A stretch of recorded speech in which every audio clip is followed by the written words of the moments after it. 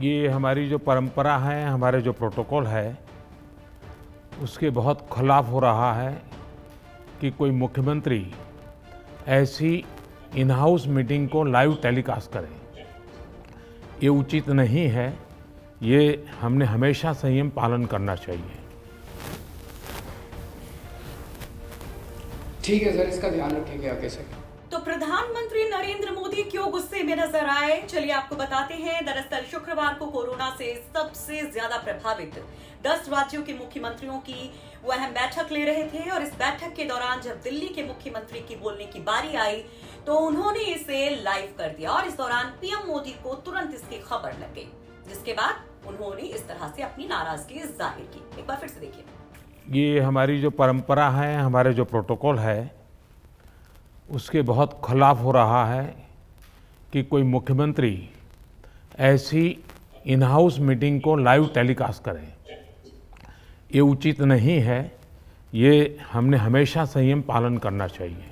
तो चलिए आपको बताते कि आखिर मुख्यमंत्री ने क्या क्या इश्यूज यहाँ पर उठाए। ऑक्सीजन की कमी पर केजरीवाल ने अपनी लाचारगी जाहिर की, अपना दुख जताया, नेशनल प्लान की मांग की, ऑक्सीजन प्लांट्स को आर्मी के जरिए सेंटर से टेक ओवर करने की बात कही, दिल्ली के ऑक्सीजन कोटे को बढ़ाए जाने पर शुक्रिया भी अदा किया, ऑक्सीजन एक्सप्रेस के दिल्ली कॉरिडोर की भी मांग की। लेकिन सबसे खास बात ये थी कि जब उन्होंने इस बैठक को लाइव कर दिया तो इस व्यवहार से प्रधानमंत्री काफी गुस्सा हो गए, जैसा हमने आपको दिखाया था। उन्होंने कहा कि इस तरह की जो बहुत महत्वपूर्ण बैठक होती हैं उनको इस तरह से सार्वजनिक करना ठीक नहीं है। एक बहुत महत्वपूर्ण प्रोटोकॉल को आपने तोड़ा है। ऐसी निजी बातचीत का कभी प्रचार प्रसार नहीं किया जाता है। जब प्रधानमंत्री ने ऐसे उनको फटकारा तो मुख्यमंत्री ने हाथ जोड़कर उनसे माफी मांगी और कहा कि आगे ऐसा नहीं होगा। लेकिन अब इस पर सियासत कैसे आगे बढ़ती है, जरा वो देखिए। केंद्र सरकार ने बाद में आरोप लगाया कि केजरीवाल इस प्लेटफॉर्म का इस्तेमाल राजनीति करने और झूठ फैलाने के लिए कर रहे हैं। कहा यह गया कि सीएम केजरीवाल ने पीएम सीएम मीट को राजनीतिक उद्देश्य से इस्तेमाल किया है।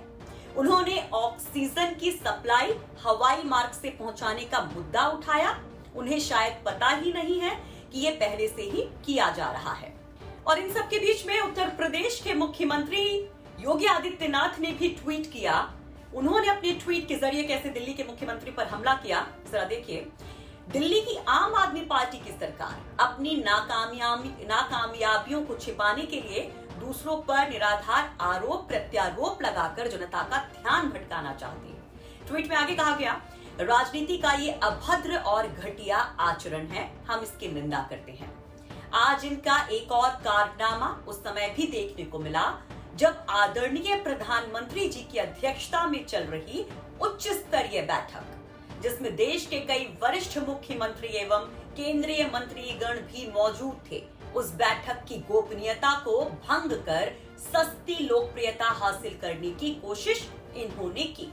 तो ये सियासत अभी की नहीं है। दिल्ली में जो ऑक्सीजन की कमी है उस पर आप देख रहे हैं कि पिछले कई दिनों से कैसी सियासी बयानबाजी हो रही है। लेकिन विकट स्थिति है कि एक अस्पताल, मैक्स अस्पताल ने कोर्ट का दरवाजा खटखटाया था। देर रात इस मामले पर सुनवाई हुई थी, जिसमें केंद्र सरकार को फटकार भी लगाई थी कोर्ट ने। उसके बाद एक और अस्पताल, सरोज सुपर स्पेशलिटी अस्पताल ने भी इस इशू को उठाया था कोर्ट में। और सबसे खास बात यह है कि अगर दिल्ली की हम रिक्वायरमेंट की बात करें, जो मौजूदा स्थिति है उसमें रोज 700 मीट्रिक टन ऑक्सीजन की जरूरत यहाँ पर बताई जा रही है। लेकिन ये भी एक मजे की बात है कि इसके पहले जब मुख्यमंत्रियों के साथ प्रधानमंत्री की बैठक हुई थी तो उसे लाइव किया गया था, लेकिन इस बैठक को गोपनीय रखा गया, जिस पर इतना इशू हो गया है। सवाल ये कि जब ये जनता का मुद्दा है, जनता से जुड़ा हुआ है, तो इसको सार्वजनिक करने से दिक्कत क्या है, लोग ये भी बात कह रहे हैं। कुल मिलाकर लेकिन सबसे शर्मनाक तस्वीर ये हो जाती है जब सांसों पर इस तरह से पहरा होता है, ऑक्सीजन तक नहीं मिल पाती, उस पर सियासी बयानबाजी होती है।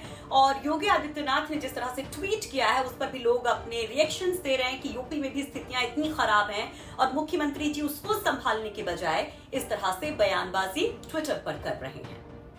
तो स्थितियां ऐसी हैं। आप अपना ख्याल रखिए, अपडेट हम आप तक पहुंचाते रहेंगे।